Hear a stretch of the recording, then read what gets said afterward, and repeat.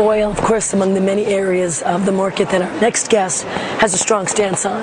According to legendary investor Jim Rogers, chairman and CEO of Rogers Holdings, we are rapidly approaching a crisis that will be worse than 2008. The U.S. dollar is going to be a total disaster in the long term, and a water problem could put an end to China's tremendous growth. Let's find out what's behind the predictions and talk to Jim Rogers right now, going straight to the source. Joining me in a CNBC exclusive, Jim Rogers, in town from Singapore. Great to see you, Jim. I'm delighted to be here. I'm sorry about my laryngitis, Jim. Let's talk first about that prediction. You have said we're rapidly approaching a crisis that will be worse than 2008. Explain. Well, Maria, the debts in this country are skyrocketing. You know, in the last 3 years, the government has spent staggering amounts of money, and the Federal Reserve is taking on staggering amounts of debt. When the problems arise next time, and we've had recessions every 4 to 6 years from the beginning of time, the next time we have a recession, what are they going to do? They can't quadruple the debt again. They cannot print that much more money. So it's going to be worse the next time around. I don't particularly like saying that. I'm like you. I'm an American taxpayer, but I think it's fascinating that we're having this unprecedented conversation about raising the debt ceiling. Let me ask you, what kind of a market disruption would you expect a market disruption if, in fact, we were to see this play out all the way until August or September? Well, if they close down the government, I suspect the dollar would go up, because then people would realize they're not going to spend any money. They're not going to close down the government, though. I would hope that somebody down there would understand we are facing a crisis. The debts are staggering. We can never pay off these debts. We've got to do something. The market's not going to put up with this much longer. What should they do? They should cut spending in a draconian manner. They should cut taxes, and they should cut spending to the bone. We've got troops in 150 countries around the world. They're not doing us any good. They're making enemies. That's costing us a fortune. There are many, many other things that we're wasting money on, and that should be stopped. You said that the U.S. dollar is going to be a total disaster. Where is U.S. policy going wrong? And you said the Chinese yuan is going to be a safe currency. Talk to us about that. We have been printing staggering amounts of money, and we're the largest debtor nation. We're the largest debtor nation in the history of the world, Maria, in the history of the world. And the debts are going through the roof. Would you keep lending money to somebody who's spending money and not doing anything about it? No, you wouldn't. The pound sterling, it used to be the world's reserve currency. It's lost its status. It went down 90% from top to bottom when it lost its status. I don't like saying it, but we will too. Are you short the dollar? I own the dollar right now, but the reason I own the dollar is because there's so many bears, including me. I stepped in for a bounce, a rally. If it doesn't happen, I'll have to sell and take my losses. No, I'm sitting here long, but just for a rally, not for any long time. Let me ask you about emerging markets. Everybody's worried about China.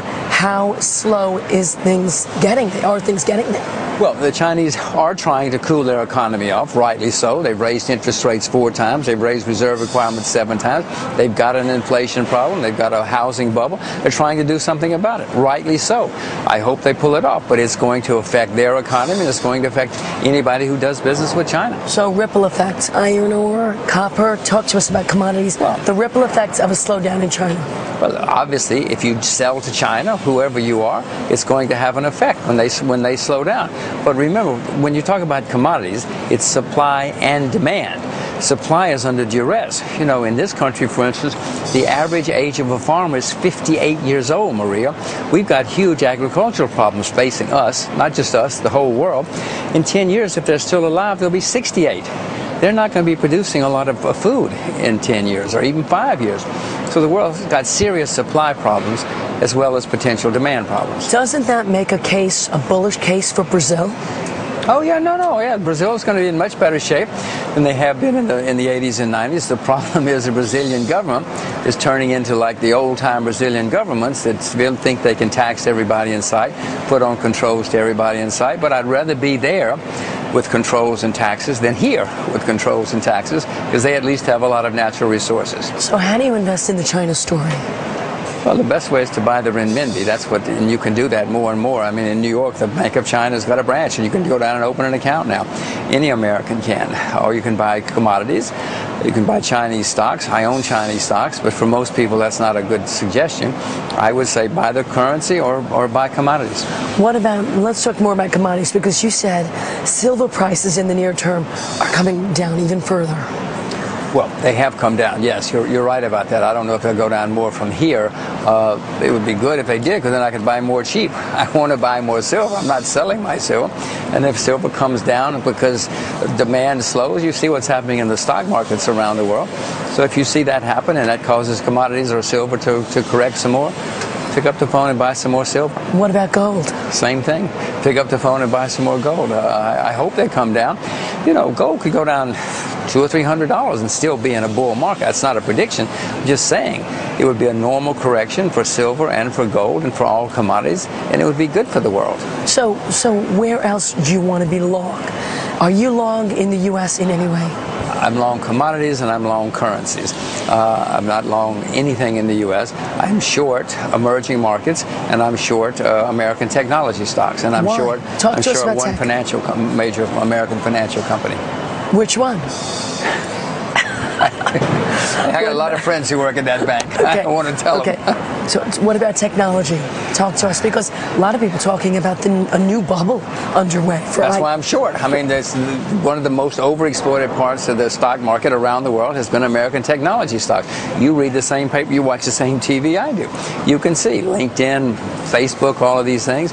This is maybe not a bubble yet, but it's the beginning of a bubble, so that's where my shorts are. What's been untouched in the world? What do you like longer term?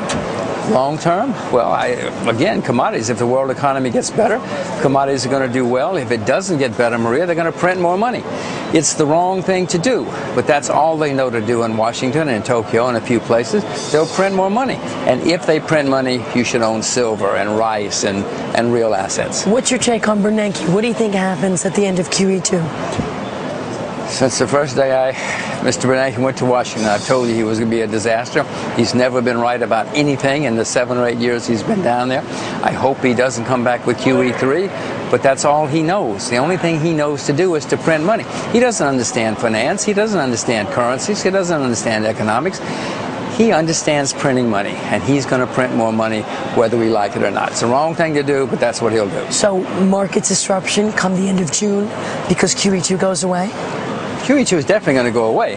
Now, it may come back with a different name. They may call it cupcakes. Who knows what they'll call it when it comes back. But they're going to bring it back because he'll be terrified, and Washington will be terrified. There's an election coming in November of 2012. Washington's going to print more money. And as far as that bank that you're short, what's the issue? Specific to that one bank, or is it an industry issue? It's the bank that hasn't gone down as much as the others. There are issues for banking in America and worldwide, balance sheets, credit card problems. I got too many friends there. Jim, it's great to have you on the program. I'm delighted to be here. Always Thank you. Good to see you. Thanks so much. I hope your voice gets better. Thank you very much. Jim Rogers.